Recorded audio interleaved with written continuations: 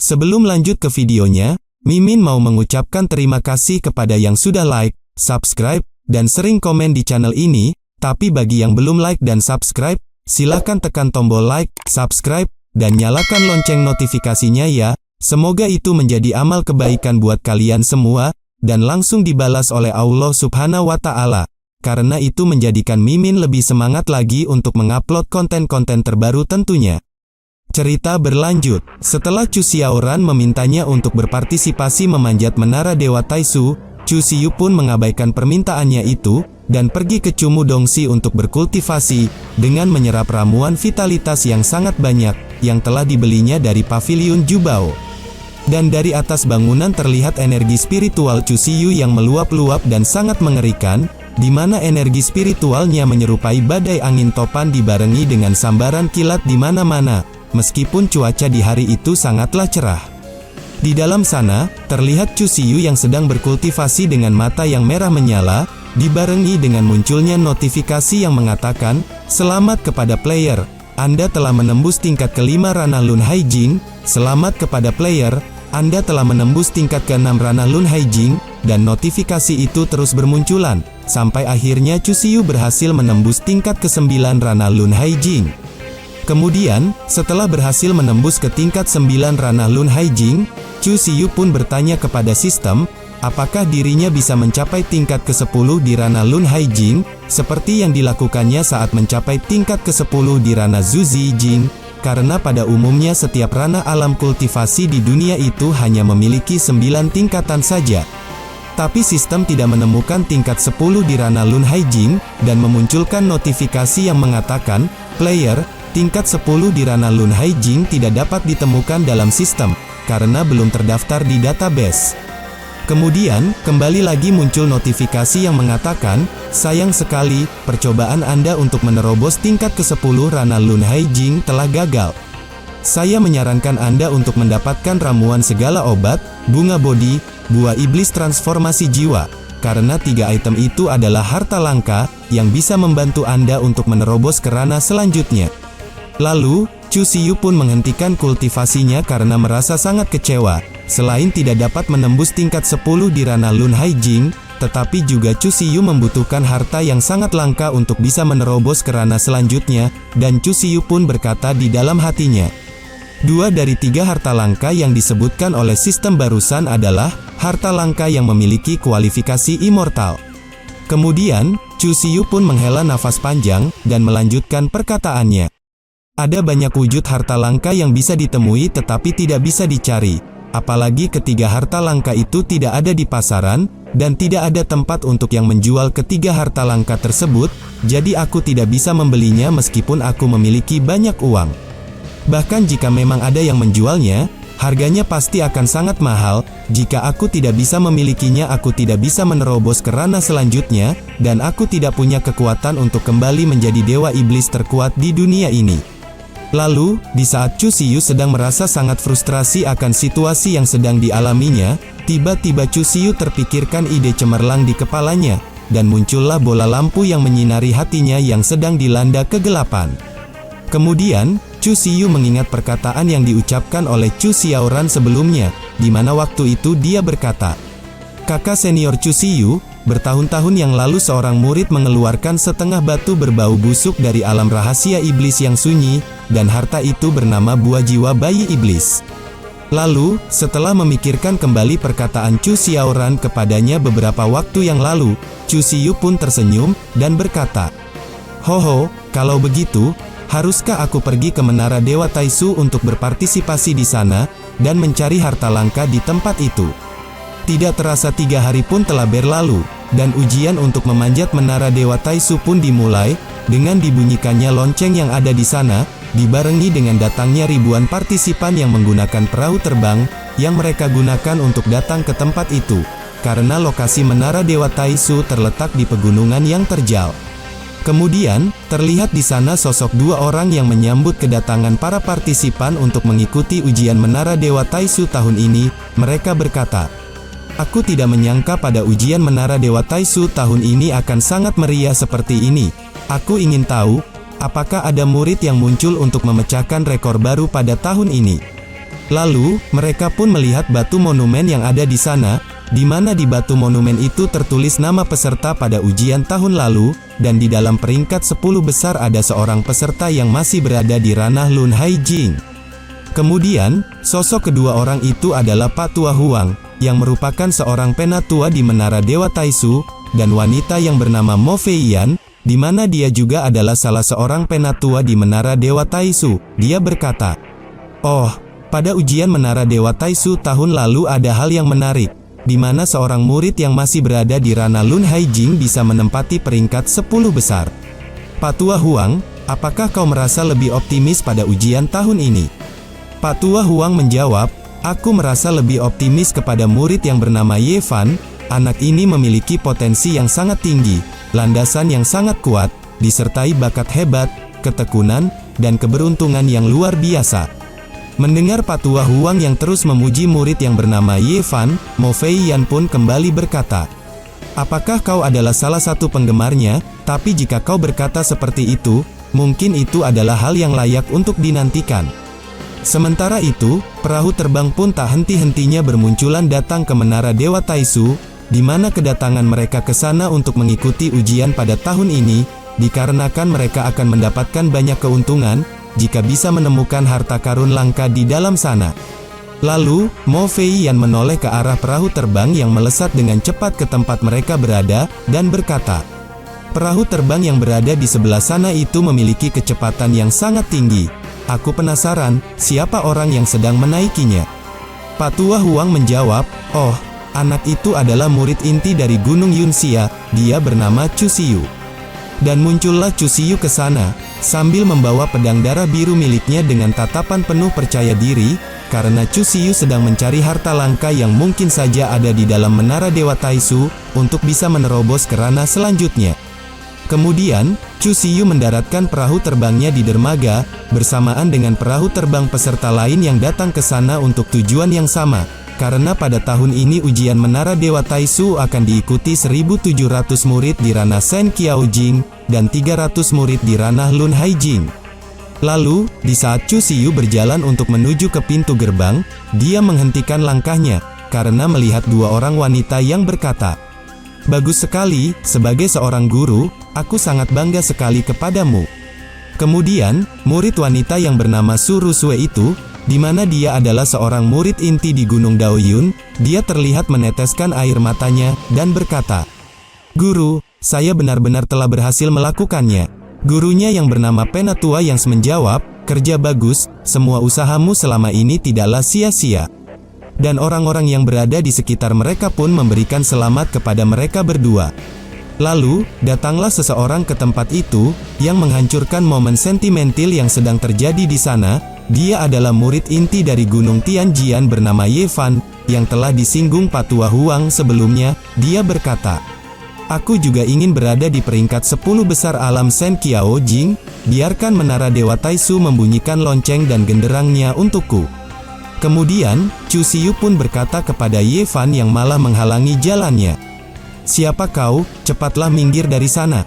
Tentu saja, Ye Fan pun sangat terkejut, setelah dia menoleh ke arah Chu Xiu yang telah berhasil menghabisi dua seniornya di Gunung Tianjian, dan langsung mengeluarkan keringat dingin dari wajahnya, lalu berkata, "Ternyata, kakak senior Chu Xiu berpartisipasi di ujian Menara Dewa Taisu tahun ini juga ya?"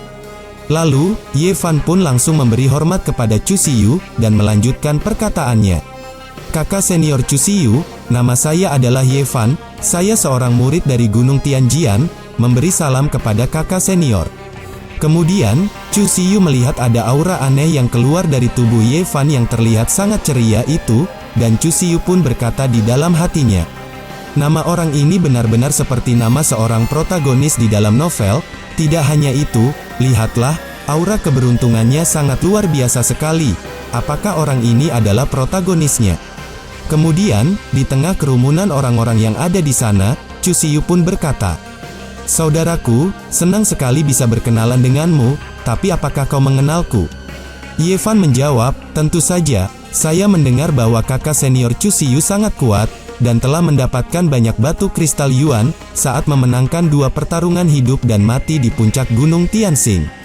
Mendengar Ye Fan yang memujinya seperti itu, Chu Siyu pun tersenyum dan kembali berkata, "Semua itu hanyalah hal kecil, dan tidak layak untuk disebutkan, aku tidaklah sekuat seperti yang kau katakan barusan." Tentu saja, Ye Fan pun tertipu dengan sikap Chu Siyu kepadanya, dan berkata di dalam hatinya, "Ternyata, kakak senior Chu Siyu memiliki kepribadian yang sangat lembut seperti ini. Dan orang yang memiliki kepribadian yang sangat lembut seperti ini, sangat cocok untuk dijadikan teman." Ucap Ye Fan di dalam hatinya, sambil tersenyum dengan sangat ramah kepada Chu Siyu. Sementara Chu Siyu, dia juga tersenyum kepada Ye Fan sambil mengeluarkan aura yang dingin, dan berkata di dalam hatinya, "Anak bernama Ye Fan ini memiliki kepribadian yang sangat lugas, dia sangat cocok sekali untuk dijadikan teman, karena aku bisa menghisap semua keberuntungannya sampai habis tak tersisa." Kemudian, tulisan di batu monumen langsung berubah, di mana di sana bertuliskan nama Chu Siyu, murid inti dari Gunung Yunxia, basis kultivasi ranah Lun Hai Jing tingkat 9, bersiaplah untuk penilaian tahap pertama.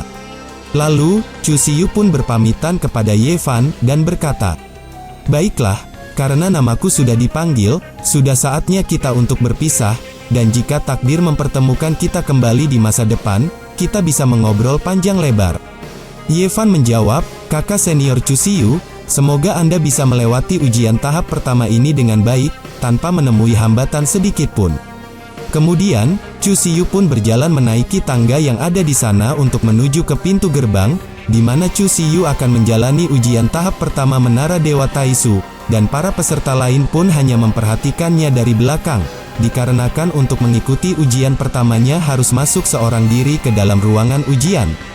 Lalu, setelah Chu Siyu masuk ke dalam sana, pintu gerbangnya pun perlahan mulai menutup, dan Chu Siyu berjalan menyusuri lantai pertama yang merupakan tempat ujian tahap pertama Menara Dewa Taisu. Kemudian, setelah Chu Siyu berjalan cukup jauh ke dalam sana, di balik kegelapan terlihat beberapa pasang mata yang berwarna merah menyala, dan menatap ke arah Chu Siyu dengan tatapan mata yang dingin. Rupanya, dari balik kegelapan itu muncul beberapa serigala yang sedang menunggu mangsanya, di mana para serigala itu adalah penghuni lantai 1 Menara Dewa Taisu, dan keberadaan mereka untuk menguji kemampuan dari para peserta, yang ingin mengikuti ujian Menara Dewa Taisu tahun ini. Kemudian, dengan tatapan mata yang dingin dan air liur yang menetes dari mulut mereka, para serigala buas itu menatap ke arah Chu Siyu, karena mereka sudah merasa sangat lapar, dan ingin segera memangsa tubuh Chu Siyu untuk dijadikan makan siang. Melihat kemunculan para serigala buas itu, Chu Siyu pun langsung mencabut pedang darah biru miliknya, sambil mengeluarkan aura membunuh yang sangat kuat, dan berkata, "Hoho, jadi kalian yang ditugaskan di lantai 1 Menara Dewa Taisu ini untuk menyambutku." Kemudian, para serigala iblis yang memiliki tubuh lebih besar daripada tubuh serigala pada umumnya, mereka langsung menerjang bersama-sama ke arah Chu Siyu dari berbagai arah, sambil meraung dengan sangat keras. Tapi, Chu Siyu tidak merasa gentar sedikit pun, dan langsung memusatkan kekuatan di telapak kakinya, untuk balik menerjang ke arah mereka. Kemudian, dengan cepat Chu Siyu langsung melancarkan serangan bertubi-tubi ke arah kerumunan serigala iblis itu, dan membuat mereka berteriak kesakitan dengan sangat keras, dan langsung tewas seketika, karena mereka tidak bisa menghindari serangan berkecepatan tinggi, yang dilancarkan oleh Chu Siyu ke arah mereka. Setelah itu, Chu Siyu pun mendarat dengan sempurna, dan dengan senyuman di wajahnya, Chu Siyu pun berkata di dalam hatinya, "Mereka hanyalah binatang buas di wilayah lantai 1 Menara Dewa Taisu, mereka bahkan tidak layak untuk dijadikan sebagai teman latihan." Kemudian, Chu Siyu pun terus menaiki lantai di Menara Dewa Taisu dengan sangat mudah, sampai akhirnya Chu Siyu telah sampai di lantai 67, di mana di sana terlihat seorang iblis wanita yang sedang melayang di udara, dan dia menunggu kedatangan Chu Siyu ke sana. Lalu, iblis wanita itu menggoda Chu Siyu, dengan meletakkan kepala Chu Siyu di antara selangkangannya, dan berkata, "Tinggallah di sini bersamaku, temani aku yang merasa sangat kesepian ini, maka, aku akan memberikan kenikmatan yang tiada taraf kepadamu." Tapi, Chu Siyu tidak tergoda sama sekali dengan rayuan iblis wanita itu, dan langsung memenggal kepalanya, sehingga iblis wanita itu pun menjerit kesakitan dengan sangat keras, dan langsung tewas seketika. Sementara Chu Siyu, dia berkata, Aku memiliki banyak wanita di dalam hidupku. Kau pikir, dengan rayuan seperti itu aku akan tergoda, dan terlebih lagi kau itu masih terlalu muda untukku. Kemudian, setelah berhasil menghabisi iblis wanita yang ada di lantai 67, Chu Siyu pun melanjutkan perjalanannya dengan menaiki lantai 68, di mana tempat itu bernama Arena Dewa dan Iblis, dan terdapat 4 sosok yang sudah menunggu kedatangan Chu Siyu di sana. Lalu, masing-masing dari 4 sosok misterius itu menunjukkan wujud mereka kepada Chu Siyu, dan mereka berempat pun mengeluarkan energi spiritual yang sangat luar biasa, karena masing-masing dari mereka berempat telah berhasil menguasai energi spiritual monster divine yang langka, yaitu White Tiger, Green Turtle, Red Phoenix, dan Purple Dragon, di mana basis kultivasi yang mereka miliki saat ini sudah berada di puncak Rana Lun Haijing, sama seperti basis kultivasi yang dimiliki oleh Chu Siyu saat ini. Melihat kekuatan energi spiritual dari mereka berempat, Chu Siyu tidak merasa takut sedikit pun, dan malah langsung menerjang ke arah mereka sambil mengayunkan pedang darah biru miliknya, dan dengan senyuman di wajahnya, Chu Siyu pun berkata, "Hoho, sepertinya keempatnya berada di puncak Rana Lun Haijing, ini sangat menarik." Melihat Chu Siyu yang menerjang ke arah mereka dengan sangat cepat, salah seorang dari mereka pun berkata, "Semuanya, berhati-hatilah, jangan remehkan anak ini." Tapi semua itu sudah terlambat, karena Chu Siyu dengan cepat langsung menebas mereka berempat secara bersamaan, tanpa bisa dihindari oleh mereka, sehingga mereka berempat pun menjerit kesakitan dengan sangat keras, dan langsung tewas seketika. Kemudian, Chu Siyu pun melewati lantai-lantai berikutnya dengan sangat mudah tanpa menemui hambatan yang berarti, sampai akhirnya, Chu Siyu pun tiba di lantai 98, di mana di sana terlihat sesosok bayangan hitam yang telah menunggu kedatangan Chu Siyu di tempat itu. Rupanya, sesosok bayangan hitam yang telah menunggu kedatangan Chu Siyu di sana adalah Tai Suzy, di mana basis kultivasinya malah turun dan disesuaikan dengan basis kultivasi Chu Siyu saat ini, yang masih berada di tingkat 9 Rana Lun Haijing dengan alasan yang belum diketahui.